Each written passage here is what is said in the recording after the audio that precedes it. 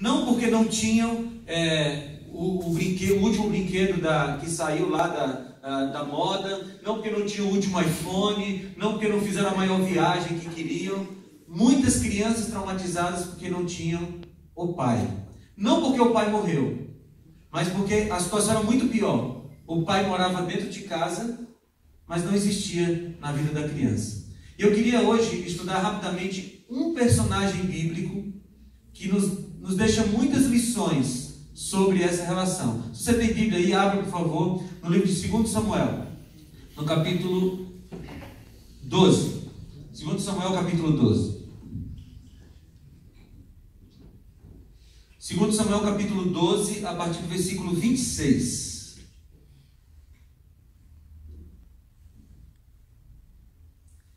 Diz assim: entretanto, pelejou Joabe contra Rabá, dos filhos de Amon, e tomou a cidade real. Então mandou Joabe mensageiros a Davi e disse: pelejei contra Rabá e tomei a cidade das águas. Ajunta, pois, agora o resto do povo e cerca a cidade e toma, para não suceder que, tomando-a eu, se aclame sobre ele ou sobre elas o meu nome. Reuniu, pois, Davi a todo o povo e marchou para Rabá e pelejou contra ela e a tomou.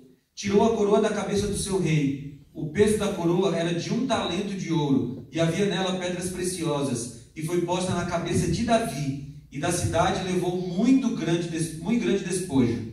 Trazendo o povo que havia nela, fê-lo passar a serras, a picaretas e a machados de ferro e em fornos de tijolos. E assim fez a todas as cidades dos filhos de Amon. Voltou Davi com todo o povo para Jerusalém.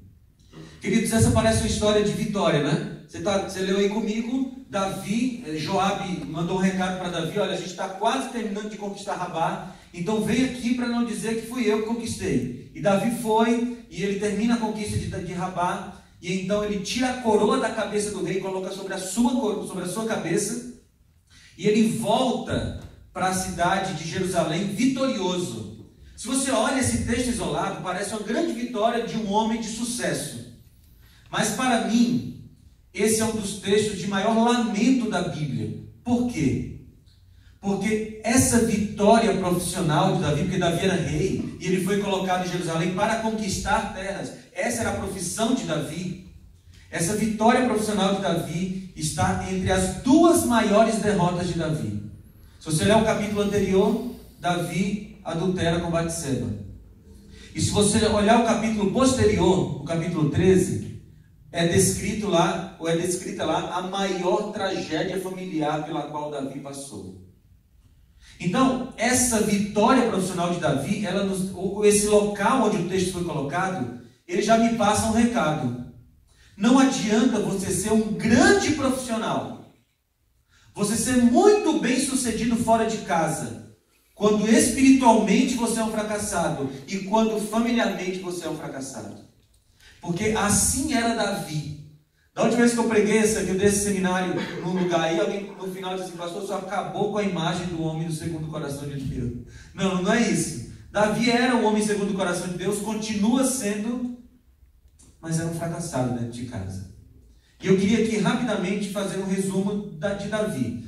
Quem era Davi? Davi era um homem ocupado, Davi era um homem de sucesso, ele era um grande rei, ele cumpriu o seu papel profissional. Davi era um homem bem intencionado em relação aos seus filhos. É só você olhar para os nomes que Davi deu para os seus filhos. Por exemplo, Adonias. Quem é Adonias? Adonias é aquele que pertence a Adonai.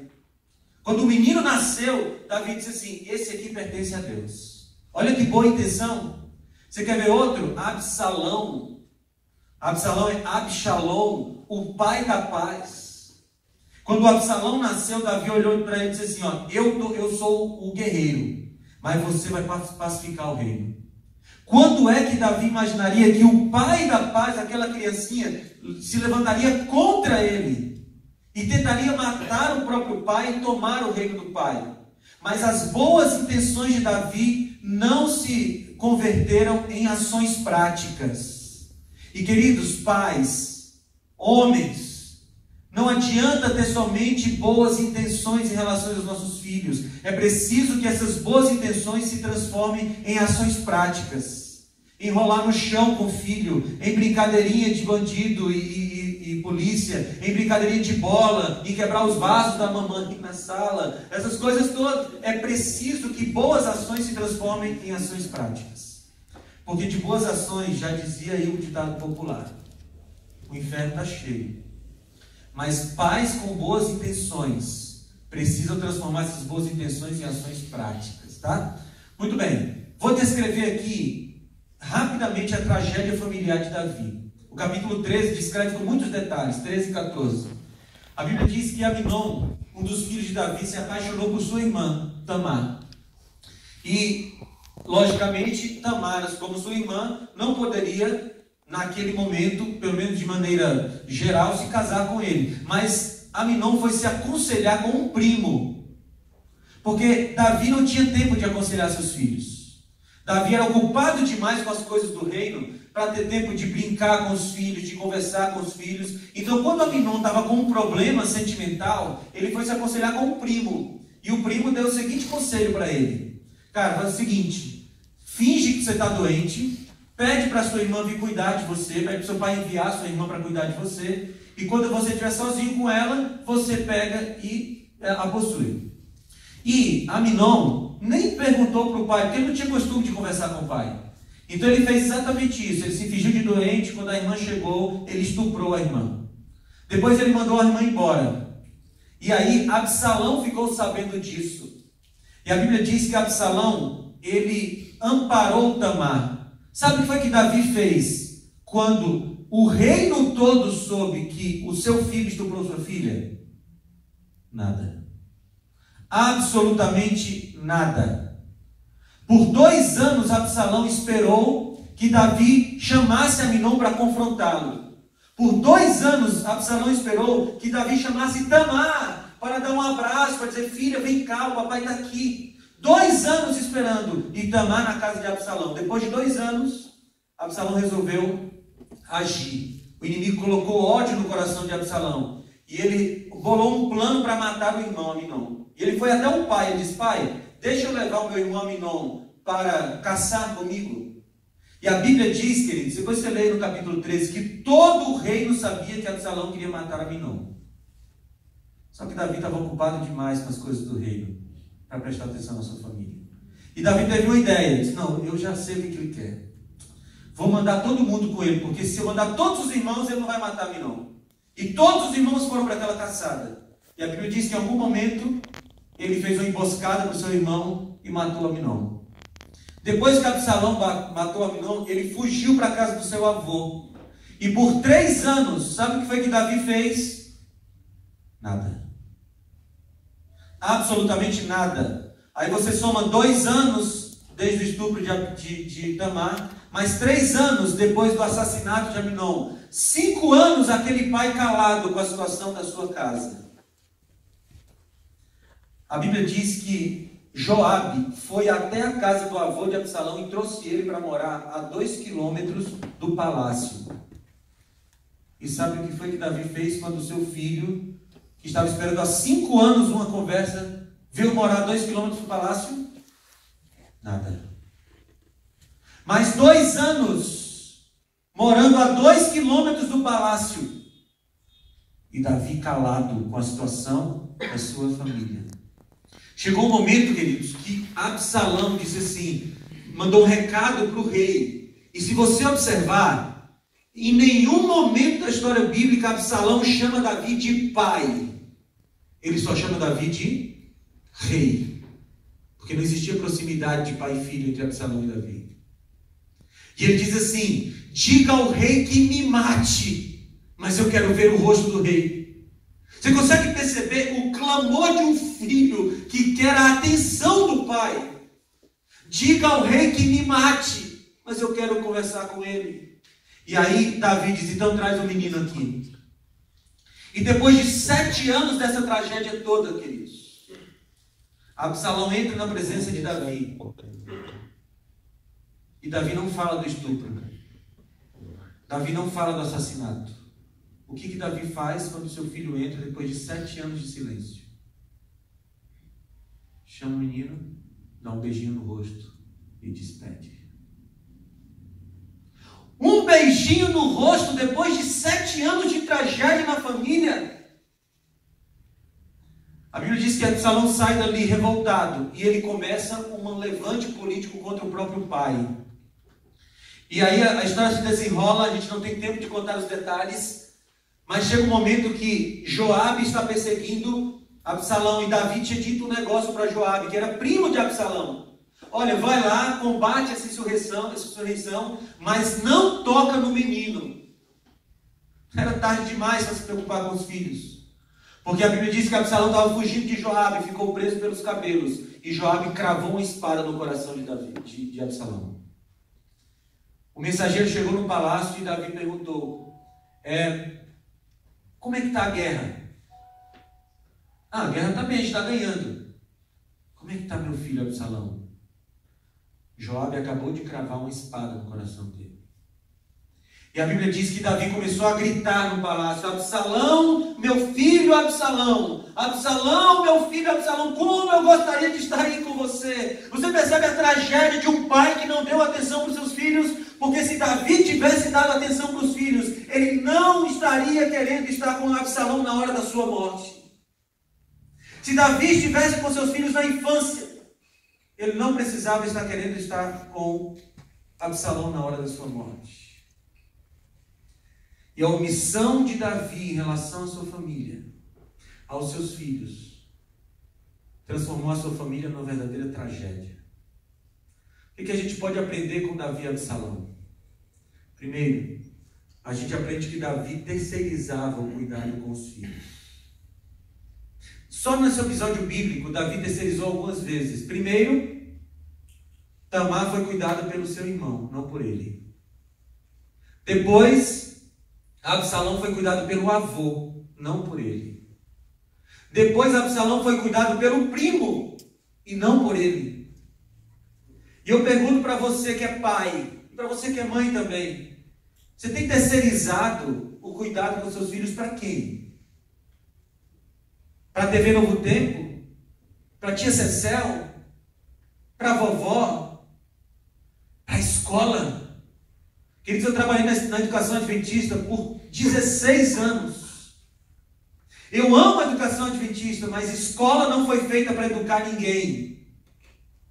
Escola foi feita para instruir. Quem é que educa, queridos? Quem? Pai e mãe? Ou deveria?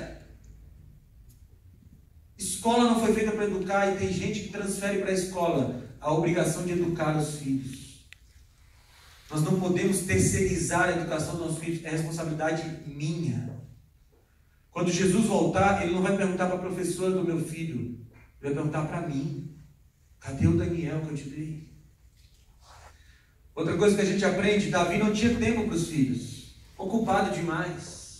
Ocupado demais com o reino, ocupado demais com as conquistas, ocupado demais com as reuniões administrativas do reino. E queridos, muitas vezes nós também temos muitas ocupações que nos atrapalham de ficar com nossos filhos. Eu sou pastor. E queridos, nós pastores, se nós não nos cuidarmos, nós salvamos um monte de gente, ou levamos um monte de gente à salvação. E perdemos aqueles que estão mais próximos de nós. Esposa e filhos. Davi não tinha tempo para os filhos. O que tira o teu tempo para os teus filhos, pai? É o futebolzinho da segunda-feira, que é mais sagrado que o culto de sábado? É a TV, o Jornal Nacional, sei lá o quê? Nós precisamos ter tempo para os filhos. Outra coisa que a gente aprende com a história de Davi e Absalão: ter vida de príncipe não faz criança feliz. Absalão tinha o último tênis da Nike da sua época. Absalão tinha o PlayStation 350. Absalão tinha todas as roupas da moda, mas Absalão não queria riqueza, Absalão só queria um pai. Absalão não queria um rei, Absalão queria um pai. Absalão não queria um grande conquistador, ele só queria alguém que colocasse no colo. Ter vida de príncipe não faz criança feliz. Deixa eu te dizer uma coisa. Se o teu filho anda num Fusquinha 65, com cheiro de gasolina, mas com a família toda dentro, para ele é muito melhor do que andar num carro no último lançamento da Honda, com a família infeliz. Mas tem gente que insiste em ganhar um pouco mais, em trabalhar um pouco mais, em se dedicar um pouco mais, e perde a família. Eu fiz algumas pesquisas, não dá tempo de passar para vocês aqui, mas olha, eu só quero ler os títulos dos trabalhos científicos que eu encontrei. Universidade Federal de Minas Gerais, há uma ligação íntima entre a ausência do pai e o ingresso na criminalidade na adolescência. E quando fala de ausência do pai, querido, não é pai que morreu, é pai que mora na mesma casa, mas não dá atenção para o filho. Na Universidade Federal de São Carlos, há uma ligação forte entre pais que trabalham no período noturno e um baixo autoconceito do filho.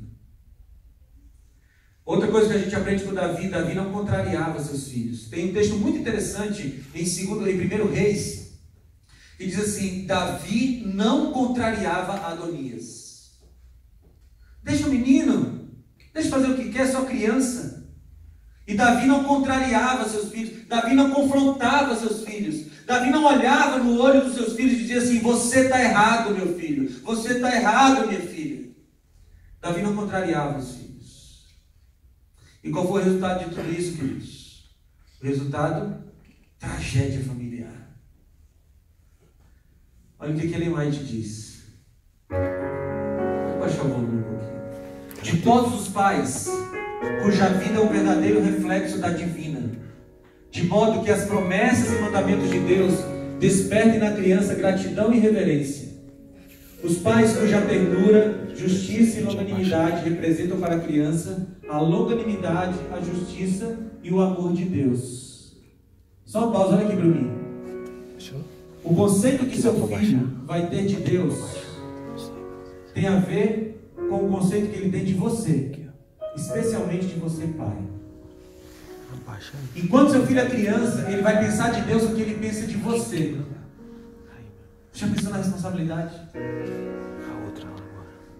Continuando ali. E que ao ensinarem o filho a amá-los e neles confiar e obedecer-lhes, estão ensinando-o a amar o Pai do céu, a nele confiar e obedecer.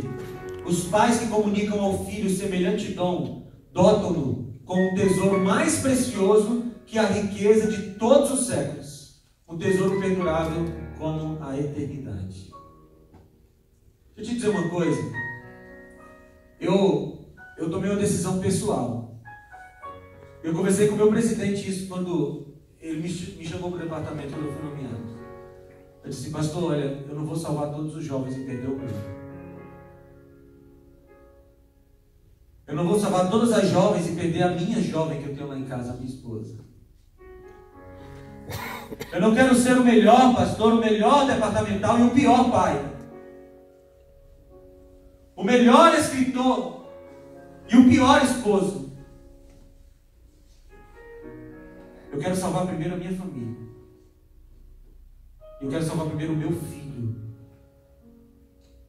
Hoje eu queria falar para você, pai.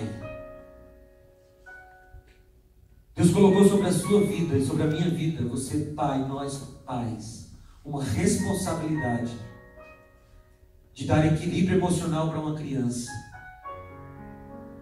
De fazer com que uma criança cresça sabendo que Deus é um Deus presente e um Deus amoroso. E como é que ela vai saber que Deus é presente e amoroso? Quando o pai dela é presente e amoroso. Quero terminar com uma pergunta. Como se soletra amor para uma criança? A-M-O-R? Não. Se soletra assim amor para uma criança. T-E-M-P-O. Tempo. Não é dando presente que se soletra amor para uma criança.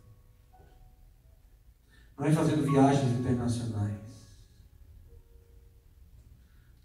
Não é dando 15 dias das tuas férias para os teus filhos e o resto do ano nada. Não. Como se soletra amor para uma criança? Tempo.